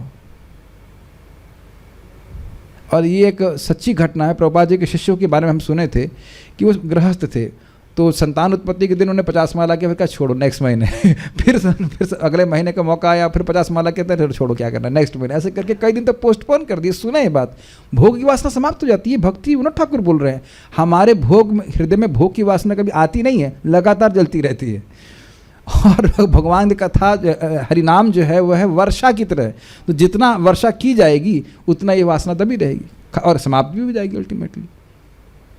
दिस इज, ये मेरे द्वारा कोई मेरा ओपिनियन नहीं दे रहा हूं मैं, स्वयं नारद जी बोल चुके हैं, दृष्ट है मात्र स्पर्श छायामुह, बार बार जो भोगी की इच्छा से जीव ग्रसित है। भव सिंधु प्लव दृष्टो हरिचर्यानुवर्णनम, भव सिंधु, भाव सिंधु को पार कराने वाली नाव क्या है, हरिचर्यानुवर्णनम, भगवान श्री हरि की चर्चा, जो परिचर्या है, सॉरी हरिचर्या मतलब होगी उनके जो कार्य हैं उनका बार बार वर्णन, श्रवण कीर्तन करना, वाकई मति शुद्ध हो जाती है। ये बात है, संसार से कली को भगाने की यही युक्ति है, खूब प्रचुर मात्रा में खूब भगवान के बारे में सुना जाए। आधुनिक मानव समाज में भौतिक विज्ञान के कारण बड़े बड़े विकास हुए हैं, बहुत सुंदर बात प्रभुपाद कह रहे हैं, और लोगों ने वायु में ध्वनि का विस्तार करने के लिए रेडियो की खोज कर ली है। अतएव इंद्रिय भोग के लिए किसी भद्दे स्वर को प्रसारित न करके यदि राज्य भगवान के पवित्र नाम, यश तथा उनके गुणों की दिव्य वाणी को जिस तरह से वे भगवद गीता या भागवत में प्राप्त हैं प्रसारित करने की व्यवस्था करे तो उचित वातावरण उत्पन्न होगा, संसार में धर्म की पुनः स्थापना होगी, और इस प्रकार प्रशासक लोग जो संसार से भ्रष्टाचार के उन्मूलन को लेकर इतने उत्सुक हैं सफल होंगे। कोई भी वस्तु बुरी नहीं है यदि उसका उपयोग भगवान की सेवा के लिए किया जाए। तो आप लोग समझ रहे होंगे शायद कि मैं क्यों उसको पढ़ के उत्साहित हुआ था। हमारा एक प्रयास है इस प्रकार से टेलीग्राम के माध्यम से या व्हाटएवर यूट्यूब के माध्यम से, जूम के माध्यम से तो उन्हीं लोगों को लाभ होगा जो सामने बैठे या सुन रहे हैं, या मतलब खाना पकाते हुए सुन रहे हैं, जो कुछ भी सुन रहे हैं, लेकिन लाइव सुन रहे हैं। लेकिन रिकॉर्डिंग्स के माध्यम से प्रभुपाद जी की बात को मैं बोल रहा हूँ, अपनी बात तो हम कुछ नहीं रख रहे हैं, प्रभुपाद जी की बात को बोल रहा हूँ शुद्ध। मोस्टली तो प्रभुपाद हम पढ़ते ही रहते हैं कि नहीं, तो वह तो किसी के कान से टकराएगा तो निश्चित प्रभाव दिखाएगा। और ये मैं देखता हूँ कि देखिए इस जगत में ये यूट्यूब और सब चीज़ों को देखकर कितने लोगों का चित्त दूषित हो रहा है कि नहीं। क्या किसी कोई व्यक्ति के पास सुविधा है कि वह नियमित रूप से भागवत को सुन सके? और मैं खुद आश्चर्यचकित हूँ, मुझे इस बात पे आश्चर्य होता है कि हम लोगों ने कितनी कठिन कठिन टीकाएं चर्चा करी है, श्रीधर स्वामी की, चक्रवर्ती पाद की, और उसको भी आज लोग सुन रहे हैं और उनको अच्छा लग रहा है। डिसलाइक तो नहीं दे रहा है कोई मतलब कुछ लोगों को है जो भगवान के बारे में सुनना चाहते हैं और उनके जीवन में आलोक भी प्राप्त हो रहा है। इसमें मेरा कुछ नहीं, मैं तो एक माइक की तरह खाली बोल रहा हूँ बस। हमको उसमें बहुत ज़्यादा विश्वास होता है, बहुत ज़्यादा, क्योंकि दृष्ट है, सुन सुन करके लोगों का जीवन परिवर्तित हो रहा है। तो ये प्रभुपाद जी एक जगह अभी प्रथम स्कंद में आगे भी शायद कहेंगे कि टेक्नोलॉजी का उपयोग भगवान के श्रवण कीर्तन के लिए होना है। कुछ सुनाई पड़ रहा है हरि प्राण प्रभु, हिंदी समझ रहे हैं, सुनाई पड़ रहा है ना, कुछ करना है ना इस संबंध में। मराठी में प्राणनाथ प्रभु क्या बोलेंगे? आप कुछ करने वाले हैं, कैसे बोलेंगे मराठी में? तुम्ही काय करना कुछ करेंगे कि नहीं करेंगे? देखिए हम अब ये बात ब्रह्मचारियों को बोल रहे हैं। भाई देखो, जो बाहर के भक्त हैं, बाहर रहते हैं, उनको तो नौकरी जाना होता है, करना। हमें तो कोई नौकरी नहीं करनी है, हमारे पास समय है, शास्त्र पढ़ सके, हम समझ सकें। भाई जैसे मुझसे कहा जाए खाना बनाओ तो बहुत कष्ट होगा, है कि नहीं? घर में लोग खाना बनाते हैं, या कहो कि नौकरी करने जाए 8 घंटा, तो हमसे बहुत मुश्किल हो जाएगा। क्यों करें भाई, है कि नहीं? लेकिन जो हमारे पास समय बाकी बचता है, हमारे पास भगवान ने समय दिया है, ठाकुर जी कृपा किए हैं, वह शास्त्र पढ़ करके समझ करके लोगों को बताना चाहिए। मेरी बात समझ पा रहे हैं? जैसे पका पकाया प्रसाद मिल जाता है हम लोग को, उसी प्रकार से लोगों को पका पकाया कथा मिलनी चाहिए। अगर कह दिया जाए प्राणनाथ प्रभु खाना अपना खुद से बनाओ, तो आप बनाने वाले हो? बहुत कठिन होगा कि नहीं? उसी प्रकार से अब घर गृहस्थी में जो लोग, अब शब्द वही इस्तेमाल करेंगे, फंसे हुए हैं बेचारे, उनसे बोलो आप अब खुद ही पढ़ो, आप खुद पढ़ो। बहुत कम होंगे जो पढ़ने वाले हैं खुद से। Is it not? आप बुरा तो नहीं मान रहे हो हमारे साथ? नहीं, कौन मान रहा है? कौन मान रहा है? ये तभी वो गृहस्थी में गए नहीं ना हमारे ही सामने नहीं देख रहे हैं। एक गंधर्व आउट हो गए कि नहीं? क्यों? यस और नो? आप जान रहे ना, एक गंधर्व 10 मिनट पहले आते थे कीर्तन के, वो बहाना कुछ भी करें, अब तो जूम पे भी नहीं आ रहे हैं, बटन भी नहीं दब रहा है, I don't know what is the reason. भक्ति तो कर रहे हैं, जो कुछ भी कर रहे हैं, लेकिन यस मेरी स्टोरी डिफरेंट होगी ये भारतीय पिक्चर की तरह है, स्टोरी वही रहती है, थोड़ा सा सीन चेंज हो जाता है या देखना क्या होता है, होता है बहुत कठिन हो जाता है, बहुत कठिन हो जाता है। आप तो परमानंद अवस्था में कोई दिक्कत नहीं होगी, लेकिन ये जनरली देखा जाता है कि इतना समय नहीं, उलझा रहता है व्यक्ति, इसने ये कह दिया, उसने ऐसा कह दिया, शांति से बैठ के कथा नहीं हो पाती है, इन सेंस पढ़ाई लिखाई नहीं हो पाती इस प्रकार से। तो हमारा कर्तव्य है ये, प्रभु मेरी बात मैं मजाक में कह रहा हूँ, प्रभुपाद इस बात को बोलते हैं, नाना शास्त्र विचार अनेक निपुणों सद्धर्म संस्थापक। साधुओं का कर्तव्य है कि शास्त्र, उनका तो है ही, मतलब बाकी लोग कर रहे हैं तो बहुत अच्छी बात है, इनका हमारा तो कर्तव्य है कि शास्त्र को बोला जाए। और महाराज बड़ा अच्छा बोलते हैं इस पर कि साधु लोग यश भगवान का गा गा करके, इट्स लाइक लाउड स्पीकर में गा गा करके जो है लोगों को चेताते हैं। इस पर बहुत सुंदर बात प्रभुपाद जी कहते हैं, बहुत सुंदर बात कहते हैं, देखो भाई इस जगत में पॉलिटिशियन होता है कि नहीं, तो पॉलिटिशियन का वो हल्ला कैसे करते हैं, माइक लेके, हमारे नेता को आप वोट दें, हमारे नेता को वोट दें, बड़ा बड़ा माइक लाके बोलते हैं कि नहीं, तो कहते हैं कि तभी तक उनको रोटी पानी चलती है। तो उसी प्रकार भक्तों को, साधुओं को भी जोर जोर से बोलना चाहिए, कृष्ण भगवान है, कृष्ण की शरण में जाइए, कृष्ण की भक्ति करिए, इत्यादि इत्यादि। तो आराम से कृष्ण खूब कृपा करते रहेंगे, खूब आराम से हमारा जीवन चलेगा, इसमें कोई संदेह नहीं कि बहुत आराम से चल रहा है, सारी सुविधा दे रहे हैं कृष्ण, केवल यही चाहते हैं साधुओं को बोल रहा हूँ, लाल कपड़े वालों को, और किसी को नहीं और सुनने की जरूरत है। लाल कपड़े वालों को जरूर सोचना चाहिए, कैसे हमने अपना जीवन सब कुछ छोड़ दिया है, कृष्ण कथा नहीं छोड़ना है, देना है, समर्पित करना है, लोगों को बताना है भगवान के बारे में, और ऐसा कि उनको इंटरेस्टिंग लग सके जितना हो सके। बाकी तो जो जिनको लाल कपड़ा देना है उनके लिए भी ठीक है। We must think like this, है कि नहीं, संकीर्ण धारणा नहीं होनी चाहिए। वैसे ये तो सभी के लिए है, सभी लोग भगवान के बारे में सुने और पढ़ें, लेकिन आपको प्रैक्टिकल लेवल पे देखना चाहिए भाई, जिनके बच्चे हैं, परिवार है, वो कैसे इतना कुछ कर समय निकाल पाएंगे। तो ये एक स्वाभाविक सी बात है।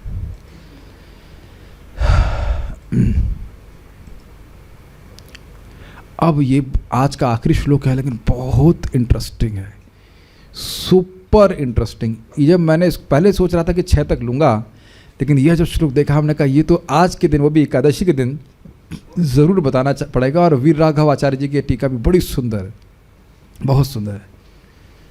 तो इस पे मान लो कोई प्रश्न करे कि भाई जब देख लिए कि कली का प्रवेश हो गया तो मार के ख़त्म करना चाहिए, है कि नहीं। उग्रवादी जब प्रवेश कर दिया है तो गर्दन काटो, क्यों नहीं मारे, इस बात पे आपने ध्यान देना है। कलयुग को मारे नहीं को अंडरलाइन कर दीजिएगा, तो थोड़ी टीका समझ में आएगी। मारे नहीं, क्यों नहीं मारे, जब देख लिए प्रवेश कर गया है और सामर्थ्य भी है, जब बढ़ने नहीं दे रहे तो जान से नहीं मार सकते। जब कलयुग को बढ़ने नहीं दे रहे हैं तो मार भी सकते हैं, तो क्यों नहीं मारे। वैसे आप पिछला वाला श्लोक सुन चुके हो, भले पिछले अध्याय में, लेकिन यहाँ थोड़ा सा अलग एंगल लेकर के बता रहे हैं। तो क्यों नहीं मारे, कलयुग का क्या विशेष गुण है, इसको हम आज ही सुनेंगे। आप लोग सोच रहे थे कल सुनेंगे, नहीं आज ही सुनेंगे। नानु दृष्टि कलिम सम्राट, नानु दृष्टि कलिम सम्राट, सारंग इव सारभूत, सारंग इव सारभूत, कुशलान्य आशु सिद्ध्यन्ति, कुशलान्याशु सिद्ध्यन्ति, नेतराणि कृतानि नेतराणि कृतानि नानु द्वेष्टि कलिम सम्राट सारंग इव सारभूत, नानु द्वेष्टि कलिम सम्राट सारंग इव सारभूत, कुशलान्याशु सिद्ध्यन्ति नेतराणि कृतानि कुशलान्याशु सिद्ध्यन्ति नेतराणि कृतानि नानु द्वेष्टि कलिम सम्राट सारंग इव सारभूत, नानु द्वेष्टि कलिम सम्राट सारंग इव सारभूत, कुशलान्याशु सिद्ध्यन्ति नेतराणि कृतानि कुशलान्याशु सिद्ध्यन्ति नेतराणि कृतानि नानु द्वेष्टि कलिम सम्राट सारंग इव सारभूत, नानु द्वेष्टि कलिम सम्राट सारंग इव सारभूत, कुशलान्याशु सिद्ध्यन्ति नेतराणि कृतानि कुशलान्याशु सिद्ध्यन्ति नेतराणि कृतानि। अब ये बड़ा सुंदर श्लोक है, क्यों कलयुग को नहीं मारा। संस्कृत देखिए शब्द कितना सुंदर है, सारंग इव सारभुक, बहुत अच्छा, बहुत अच्छी संस्कृत है। महाराज परीक्षित मधुमक्खियों की तरह। अब मधुमक्खी का अर्थ ये नहीं सोचा कि भिन भिन भिन भिन कर रहे हैं, मधुमक्खी मतलब जो अच्छा वस्तु ग्रहण करने वाली, ये बात होती है। महाराज परीक्षित मधुमक्खियों की तरह यथार्थवादी थे, सारग्राही थे, जो केवल पुष्प के सार को ग्रहण करती हैं। वे यह भली भांति जानते थे कि इस कलयुग में कल्याणकारी इस वस्तु में तुरंत ही अपना शुभ प्रभाव डालती हैं, ठीक है, जबकि अशुभ कर्मों को वास्तविक रूप में संपन्न करना पड़ता है जिससे प्रभाव जमा सकें। अतः उन्होंने कभी भी कली से ईर्ष्या नहीं करी। अब एक भक्त पूछे भाई ईर्ष्या नहीं करी इसका मतलब क्या है? कली बढ़ रहा है ऐसे कोई दिक्कत नहीं हुई। द्वेष ने, यहाँ शब्द है अनुद्वेष्टि, द्वेष मतलब बुरा मानना, ये अच्छा नहीं है। इसको वह इस प्रकार से द्वेष कली से नहीं किए। देखिए महान वैष्णव का ये गुण होता है कि व्यक्ति में बहुत दुर्गुण हो, लेकिन वो एक सद्गुण पकड़ करके उसको बढ़ा देते हैं, दुर्गुण को किनारे कर देते हैं। ये भगवान का गुण है और वैष्णव का भी यही गुण होता है। तो ये गुण यहाँ पे परीक्षित महाराज का सूचित हो रहा है। अब समझने का प्रयास कीजिए, अन्वय देखिए। सारंग इव, सारंग मतलब मधुकर, भौरा, भौरे के समान, मधुमक्खियों की भांति यथार्थवादी, बेसिकली सारग्राही, क्या वस्तु काम की है उसे ग्रहण करना। सार भुक, सार को ग्रहण करने वाला, भुक मतलब होता है मतलब खाना। तो सारंग इव सार भुक मतलब क्या इसका अर्थ हुआ? जैसे भौरे मान लो गुलाब के पेड़ पे बैठे हैं, तो गुलाब में फूल अधिक है नंबर में या कांटे? कांटे, लेकिन कांटों पे नहीं बैठता। कभी आप नहीं देखेंगे कि मधुमक्खी कांटे बैठ रही है, वो कांटों को देखती भी नहीं है, वह केवल उसका जो फूल का एकदम सुगंधित अच्छा वाला भाग है वहाँ जाके बैठ जाती है और वहाँ से रस ग्रहण करती है। Does that make sense? तो कली के बहुत सारे कांटे जैसे दोष हैं, लेकिन एक बहुत बड़ा गुण है जिसको परीक्षित महाराज ने देखा और इस कारण से वो इसको नहीं मारे। समझ में आ गया? ठीक है।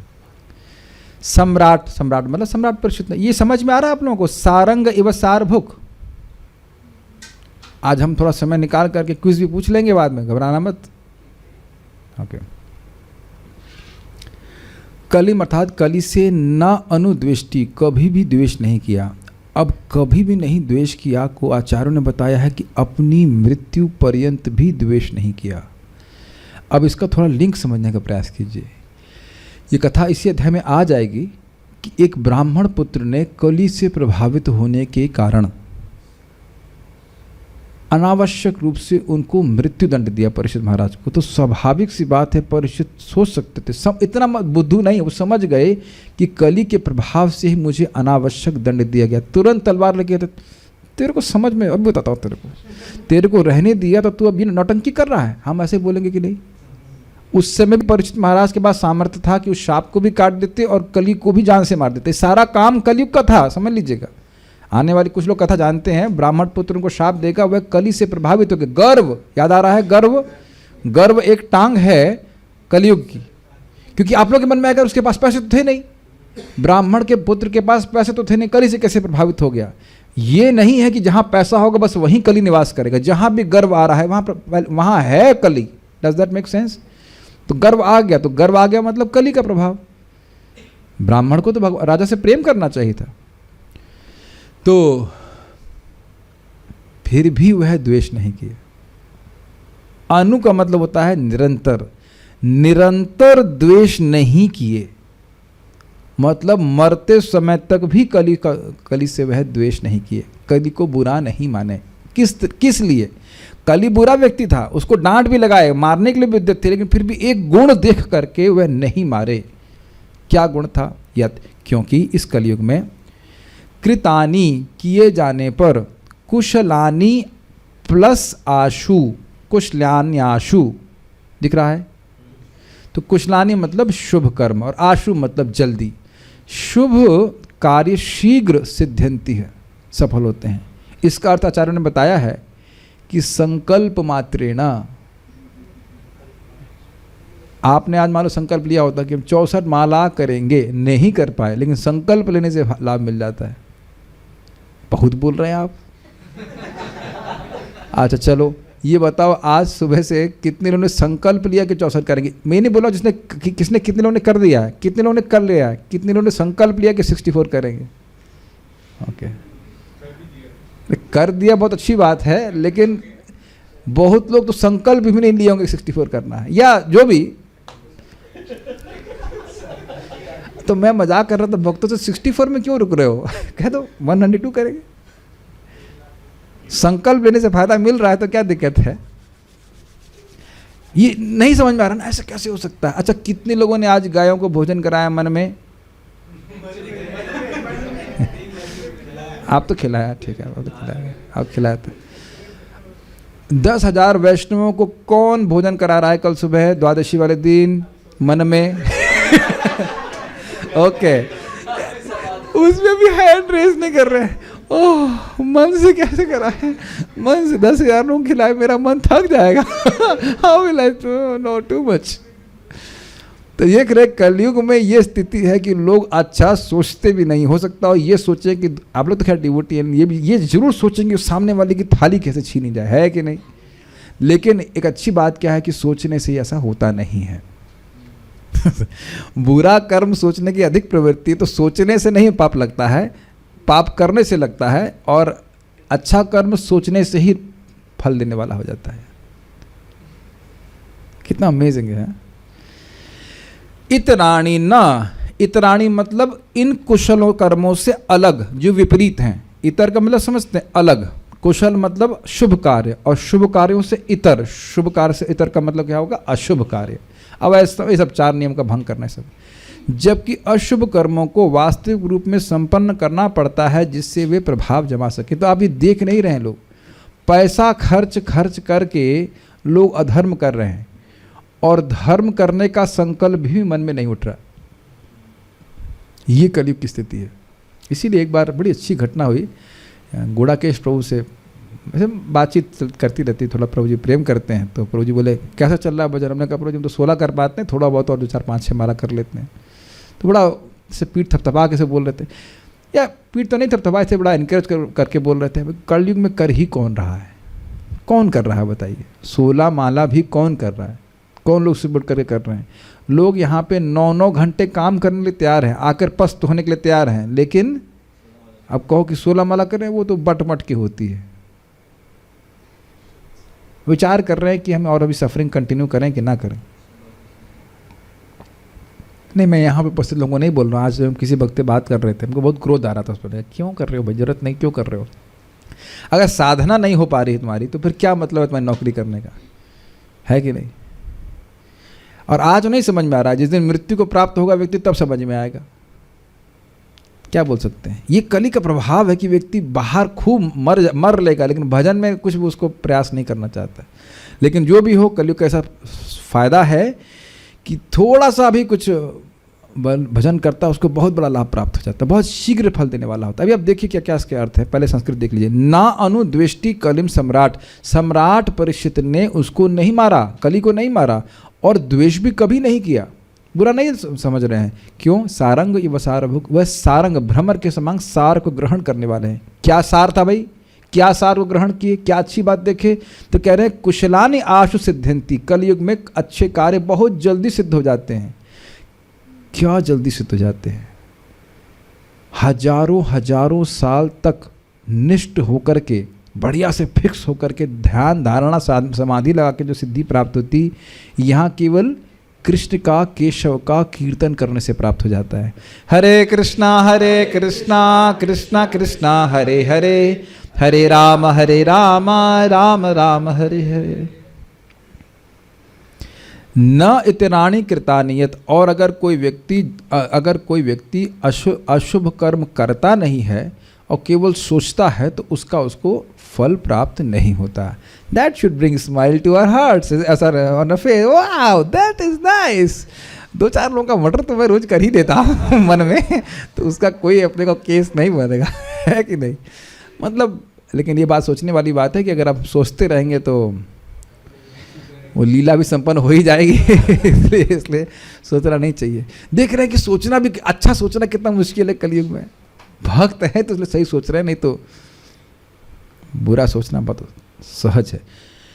यदि कोई कहे कि अधर्म का कारणभूत कली है, कारणभूत मतलब कारण, उसको राजा परीक्षित ने क्यों नहीं मारा, क्यों मार नहीं दिया, तो उसका उत्तर नानुद्वेष्टि इत्यादि श्लोक से दिया गया है। राजा परीक्षित कलयुग से द्वेष नहीं करते हैं, क्योंकि जिस तरह भौरा केवल पराग का ही पान करता है, उसी तरह राजा परीक्षित भी सारग्राही हैं। इस युग का गुण है कि इस युग में अच्छे कार्यों का संकल्प ही फलदायक हो जाता है। ये आशु शब्द की व्याख्या है, संकल्प मात्रेण फलीभूत हो जाता है। एक भक्त बड़ा संशय कर रहे थे, ये कैसे मालूम चला, बोले प्रभुपाद जी कैसे बोल रहे हैं, तो हमको श्रीधर स्वामी की टीका में दिखा दिया। तो श्रीधर स्वामी की कहाँ से बोल रहे हैं, हमने कहा तुम्हारे बाप से पूछ के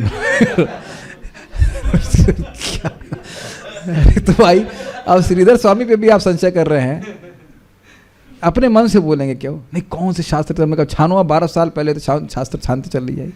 अरे मालूम चल गया है, उसको अप्लाई करेंगे कि आप अब श्रीधर स्वामी से पूछेंगे कि आप रेफरेंस बताइए, क्या वो कुछ अप्रमाणिक बात बोलने वाले हैं।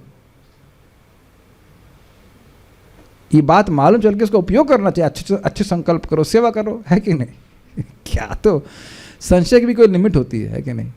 क्योंकि यहाँ पे श्रीधर स्वामी को इसका रेफरेंस नहीं दे रहे हैं, लेकिन रेफरेंस होगा तभी बोल रहे हैं, अपने मन से कभी नहीं बोलते हैं। इतना विश्वास सहज रूप से होना चाहिए। ऐसे बातें करते हैं लोग। जिन व्यक्ति को महाप्रभु अपना गुरु मान रहे हैं, गुरु कोरी मानी, तो क्या वो झूठ बोलने वाले व्यक्ति हैं? भगवान बोल रहे हैं कि मेरे गुरु हैं श्रीधर स्वामी पाद ऐसी बातें करते हैं। तो समझ में आया, संकल्प मात्र से। तो भाई सब लोग अभ्यास कीजिए। क्या नाम है आपका, मथुरेश हरि प्रभु, आपको रोज 1 लाख रुपए देने का संकल्प करना है, देना नहीं है खाली संकल्प करिए रोज। अपना अनाउंसमेंट मन में खुद ही करना, today Mathuresh Hari Prabhu sponsored 1 lakh rupees for गो सेवा, हरि बोल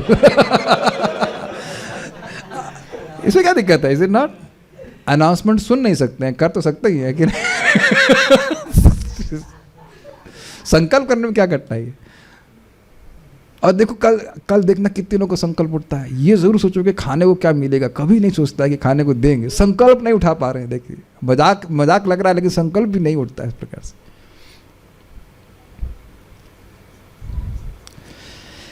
और इसका मतलब है कली का प्रभाव बहुत ही तगड़ा है, और पाप कर्म किए जाने पर ही फल देते हैं, केवल संकल्प मात्र करने से नहीं। क्लियर समझ में आया? सार क्या है? उनके पास पहुंचाइए माइक, पंजाब में पहुंचाइए, पंजाब से उत्तर आएगा। पंजाब में माइक दीजिए इनको, पंजाब से आएगा माइक। हाँ बताइए क्या कली का सार है? नहीं समझ में आया? एक मिनट तो बताओ। मैं तो मुझे लगाएगा मैं बहुत खराब टीचर हूँ नहीं बताया, ठीक है। महाराष्ट्र से उत्तर आएगा। महाराष्ट्र क्या नाम से, मथुरेश हरि प्रभु। नहीं समझ में आया क्या कली का सार था? इसका मतलब आप लोग सार देख ही नहीं पा रहे हैं। बताओ। हाँ क्यों बोल रहे हैं? घबरा गए। ठीक है चलो हरियाणा में भेज दीजिए। इधर हरियाणा में आ जाए।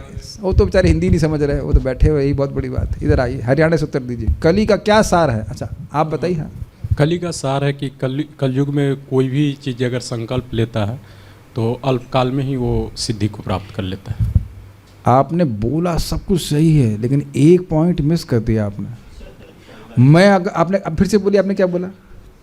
मतलब कोई भी चीज का वो आध्यात्मिक संकल्प लेता है। हाँ तो अब आप सही बोल रहे हैं, प्राप्त कर लेते हैं। यस, अगर आप कहेंगे कोई भी चीज़ का संकल्प लेता है तो प्राप्त हो जाता है, तो फिर तो कहेंगे कि हम मर्डर करने का संकल्प लेंगे और पाप लग जाएगा। नहीं, गुड, अब समझ में आ गया। आध्यात्मिक कार्य करना चाहते हैं तो उसका संकल्प मात्र से फल मिलने लगता है। This is amazing. एक छोटा सा एग्जाम्पल आप समझिए, बड़ा सुंदर एग्जाम्पल सुदामा प्रभु ने दिया था। बड़ा, इसको ऑफ कर दीजिए। बड़ा सुंदर एग्जाम्पल क्या है भाई? देखो पिछलों की युग की स्थिति यह थी कि मान लो आप वानखड़े स्टेडियम में बैठे हैं, वानखड़े बॉम्बे का बहुत बड़ा स्टेडियम, और आपको कहें कि अब बहुत कोई खतरनाक बॉलर बॉलिंग कर रहा है और आपको छक्का मारना है, तो बहुत कठिन हो जाएगा। लेकिन वो एग्जाम्पल दे रहे थे कि मान ली छोटा सा रूम है, इसमें इधर विकेट लगा दें और कहें तुम जैसे लप्पू बॉल समझते, लप्पू बॉल फेंको और अगर बॉल मेरी वहाँ टच कर गई तो छक्का, हाँ इधर साइड में लगी तो चौवा तो ये है कलयुग की स्थिति। लोगों से ज़्यादा शक्ति कुछ है ही नहीं, तो इधर इसी को मान लिया। तो ये बिल्कुल प्रमाणिक है कि आपने आज 100 रन बनाए। आपने देखा है कभी? आप लोग ने रन बनाए होंगे, 100 रन तो बनाए होंगे कई बार, है कि नहीं? अपने नियम स्वयं ही बना लेते हैं। इधर छक्का इधर चौवा, 100 रन बन गए, और सामने से शोएब अख्तर बॉलिंग कर रहे होते हैं ठीक है कि नहीं? समझ में आ रहा है? एकदम लप्पू बॉल फेंक रहा होता। तो बचपन में खेले ना, तो ये स्थिति हमारी है, हमसे और कुछ नहीं हो सकता। भगवान बस के ये कलयुग का जीवा क्या करेगा, हरे कृष्णा कृष्णा कृष्णा हरे हरे, हरे राम राम राम हरे हरे। भगवान का नाम उच्चारण कर दें तो इसी में पार हो जाएंगे। हमारे बहुत अच्छी बात महाराज बोलते हैं, कलयुग में हमारा दुर्भाग्य यह है कि हम अपने सौभाग्य को नहीं समझ रहे हैं कि कलयुग तू नाम मात्र ना पूज्यते, सॉरी कलयुग नहीं हुआ, नहीं कुछ और श्लोक बोलने वाला था, कुछ है कलयुग में, कली कृष्ण क्या है, धर्म कृष्ण नाम संकीर्तन ऐसे कलयुग नहीं, कली में केवल नाम संकीर्तन ही परम धर्म है। कली काले धर्म कृष्ण नाम संकीर्तन, ये बात बोल। कलयुग केवल नाम आधारा, सुमरहि नर उतर ही पा रहा, लेकिन उसके उस नर के जीव पे नाम उतर नहीं पा रहा कि नहीं। आप देखेंगे भारत में, स्पेशली लखनऊ साइड में, तुरंत आप बोलेंगे हरे कृष्ण, अरे कली केवल नाम आधारा, ये बोलना चालू करेगा, उनसे कहो कितने माला करते, मन में चल रहा है, जीव पे नहीं आता उसके नाम। ये स्थिति है। श्रीमद वीर राघव वाक्य, ये बहुत सुंदर है। परंतु कली को उन्होंने मारा क्यों नहीं, यदि यह प्रश्न हो तो इस पर यह श्लोक कह रहे हैं। क्या बात है, सार्वभौम राजा परीक्षित ने, सम्राट ने, न अनुदेष्टि, अनु का मतलब निरंतर, अर्थात अपनी मृत्यु पर्यंत कली से द्वेष नहीं किया, ये अर्थ है। द्वेष का मतलब समझ रहे हैं, ये खराब आदमी है।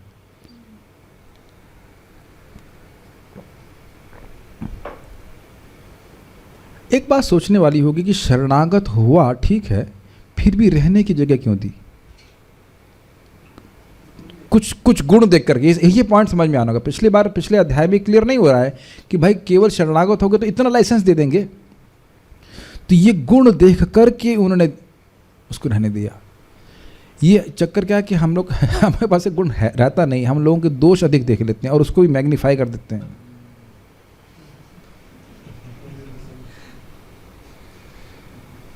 ऐसा करते ही हैं, इज इट नॉट? बहुत सेवा किया, कुछ गलती हो जाए, बहुत खराब आदमी, हटाओ उसको। लेकिन ऐसे भक्त लोग नहीं होते ना, भगवान ऐसे होते हैं।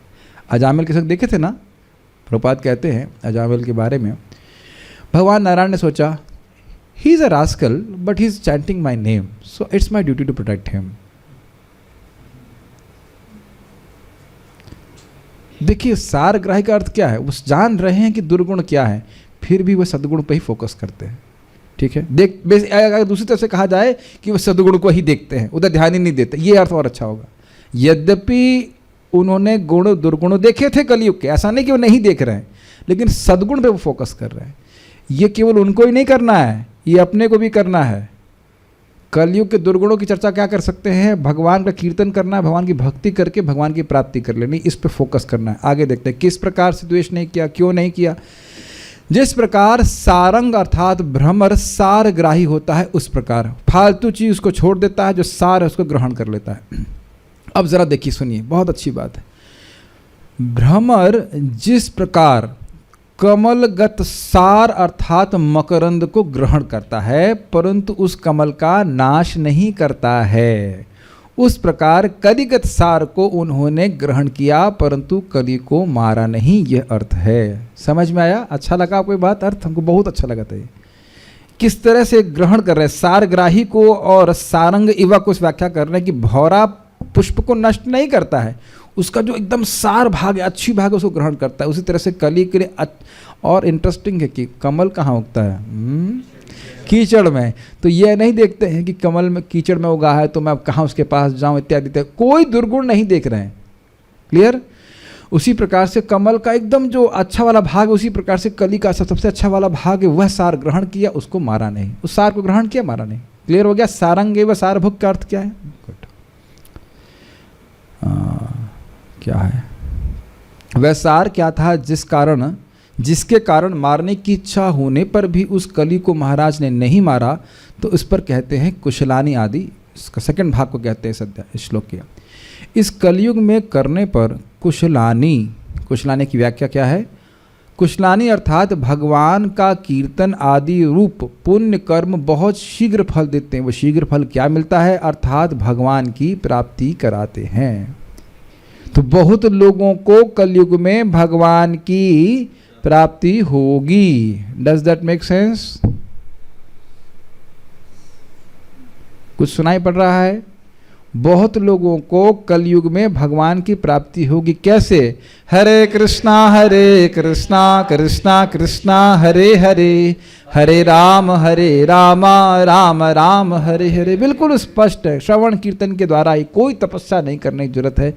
यही भगवान का प्रसाद खाओ, भगवान कीर्तन करो, नाम जप करो, भगवान को प्रणाम करो, भगवान की भक्ति करके बड़ी आसानी से प्राप्त होगी। क्या सत्ययुग में भक्ति नहीं करते थे? करते थे, लेकिन शीघ्र प्राप्ति नहीं होती थी। ऐसा नहीं है कि सत्ययुग में भक्ति नहीं करते थे, सत्ययुग में भक्ति ही करते थे, लेकिन बहुत देर में प्राप्त होता है। मैंने सुना है, इसका प्रमाण नहीं दे पा रहा हूँ अभी, कि 10 साल जो भजन करते सत्ययुग में, वहाँ वो उसका फायदा कलयुग में 1 दिन में मिलता है।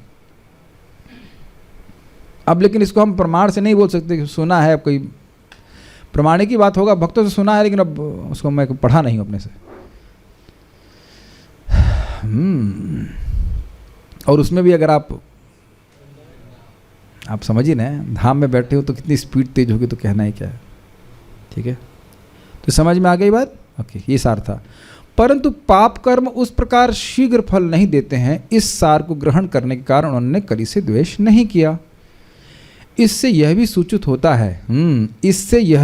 होता है कि सतयुग आदि में पुण्य कर्म चिरकाल के बाद फल देते थे, परंतु कलयुग में शीघ्र फल देते थे। तो ये बात तो बड़ा स्पष्ट जो मैं भी बोल रहा था, उसका जो डायमेंशन है वो मुझे नहीं पता कि 10 साल और 1 दिन वाला। What do you think about that? कितने लोग सब 10 साल से भजन कर रहे हैं यहाँ पे? कोई नहीं कर रहे हैं, मेरे अलावा कोई भी नहीं कर रहा है। और मेरे को ही तो, हाँ आप कर रहे हो 10 साल, और मेरे को भी 20 साल हुए नहीं अभी। तो अगर हम सतयुग में होते तो 20, थिंक अबाउट इट, जस्ट खाली अगर मान लो ये बात सत्य है तो 20 साल रगड़े आप सतयुग में, और कलयुग में केवल 2 दिन। वाह, दैट्स अ गुड प्रोपोजिशन। तो अब मैं मन तो कर रहा है कि बहुत कठोर शब्द यूज करें, लेकिन अब हल्का शब्द यूज कर लेंगे। कलयुग का वो बेवकूफ जीव, आप जानते हैं मैं कौन सा शब्द यूज करने वाला हूँ? ऊपर, ठीक है, तो हम उसको कोड में बोल दे रहे हैं। तो जो कलयुग का बेवकूफ जीव कहे कि मैं 1 दिन भजन नहीं करूंगा, मैं बोल देता हूँ प्लीज, उल्लू का पठा जो उल्लू का पठा वो सोच रहा है कि मैं 1 दिन भजन नहीं करूंगा, उस उल्लू के पट्टे का कितना नुकसान होगा सत्य के हिसाब से? 10 साल के भजन का नुकसान होगा। और ब्रज में तो आप सोच लीजिए। खैर, ब्रज में भजन का नुकसान इसलिए नहीं हो सकता है कि सो रहा है तो भी भजन हो रहा है, ये एक अच्छी बात है। लेकिन हमने उल्लू दा पट्टा नहीं बनना है समझ रहे हैं, हमने उल्लू नहीं बनना है। कलयुग हमको बोलता है, रोज उल्लू बनाता है, अरे आज सुबह उठ कर क्या करोगे, कितनी बड़ी मीठी मीठी भीनी भीनी हवा चल रही है, क्रॉस वेंटिलेशन हो रहा है हमारा मन तो रोज ऐसे ही बोलता है, क्रॉस वेंटिलेशन हो रहा है, इसमें क्या उठकर मंगल आरती जाना है तुमको, कि यही समय मिला है तुमको? तो नहीं। लेकिन अब क्या कहा जाए, कलयुग में उल्लू दे पट्टे होते ही है, वो आराम से, कोई चिंता ही नहीं है, मतलब एकदम, हाँ, मतलब भजन होता रहेगा, अब शाम तक कर लेंगे, क्या है, ऐसे करके चल रहा है, मतलब कोई टेंशन नहीं है इसका। ये सब स्थिति है। कितना बड़ा नुकसान, 1 दिन मंगल आरती नहीं गया, अगर चलो कुछ भी नहीं, 1 दिन 16 माला नहीं किया तो 10 साल के 16 माला का नुकसान है। तो somebody is interested in business, then you can think about it. तात्पर्य, कलयुग अधम युग कहलाता है। इस अधम युग में सारे जीव विचित्र स्थिति में रहते हैं, अतः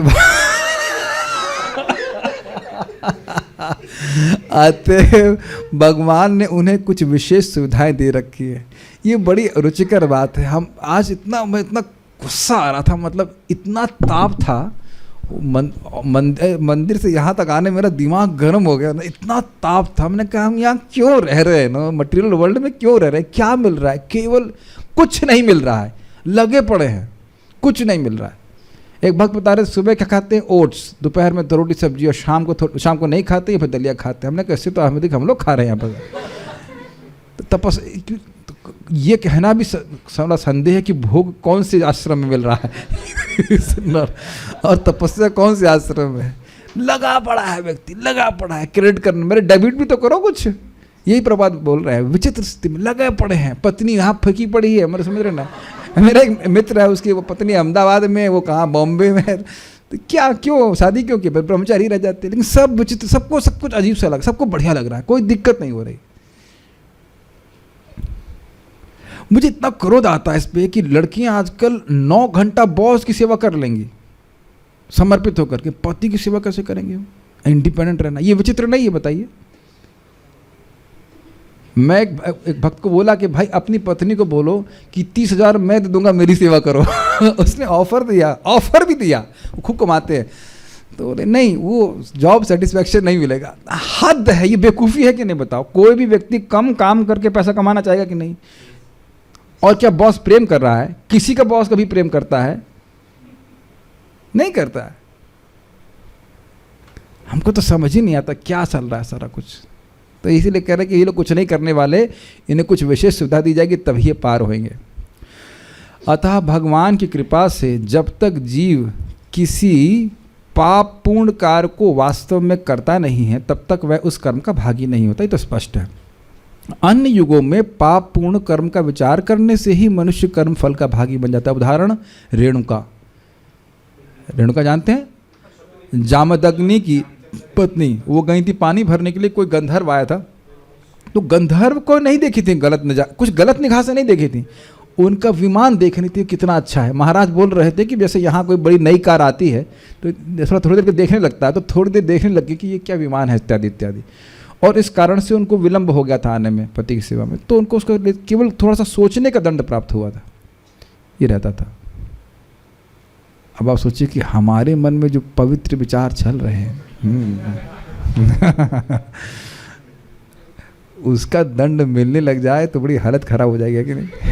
तो ये चीज़ है।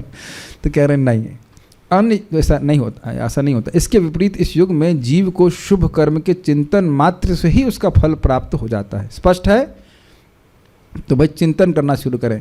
अतएव अत्यंत विद्वान एवं अनुभवी राजा होने के कारण महाराज परीक्षित कलि से किसी अनावश्यक द्वेष नहीं रखते थे, से कोई अनावश्यक द्वेष नहीं रखते थे, क्योंकि वे उसे कोई पाप कर्म करने का अवसर ही नहीं देना चाहते थे।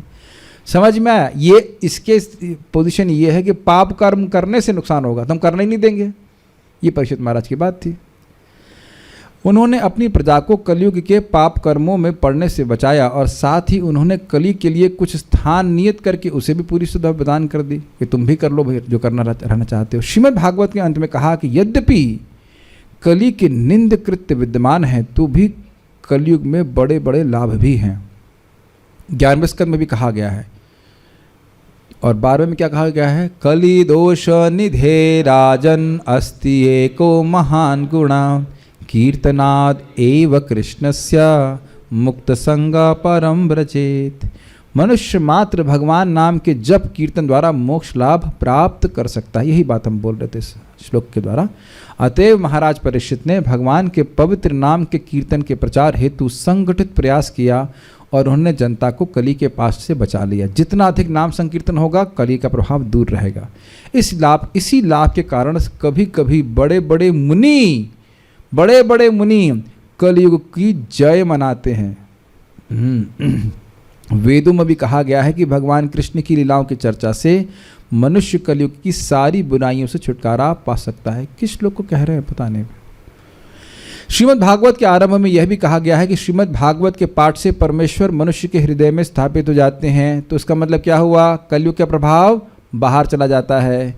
ये कलयुग के कुछ लाभ हैं और महाराज परीक्षित ने इन सशक्त लाभों को ग्रहण किया और असली वैष्णव होने के नाते उन्होंने कलयुग का बुरा नहीं सोचा। आगे हम बड़ा स्पष्ट तात्पर्य प्रभुपाद जी का, आगे हम उसको कल सुनेंगे।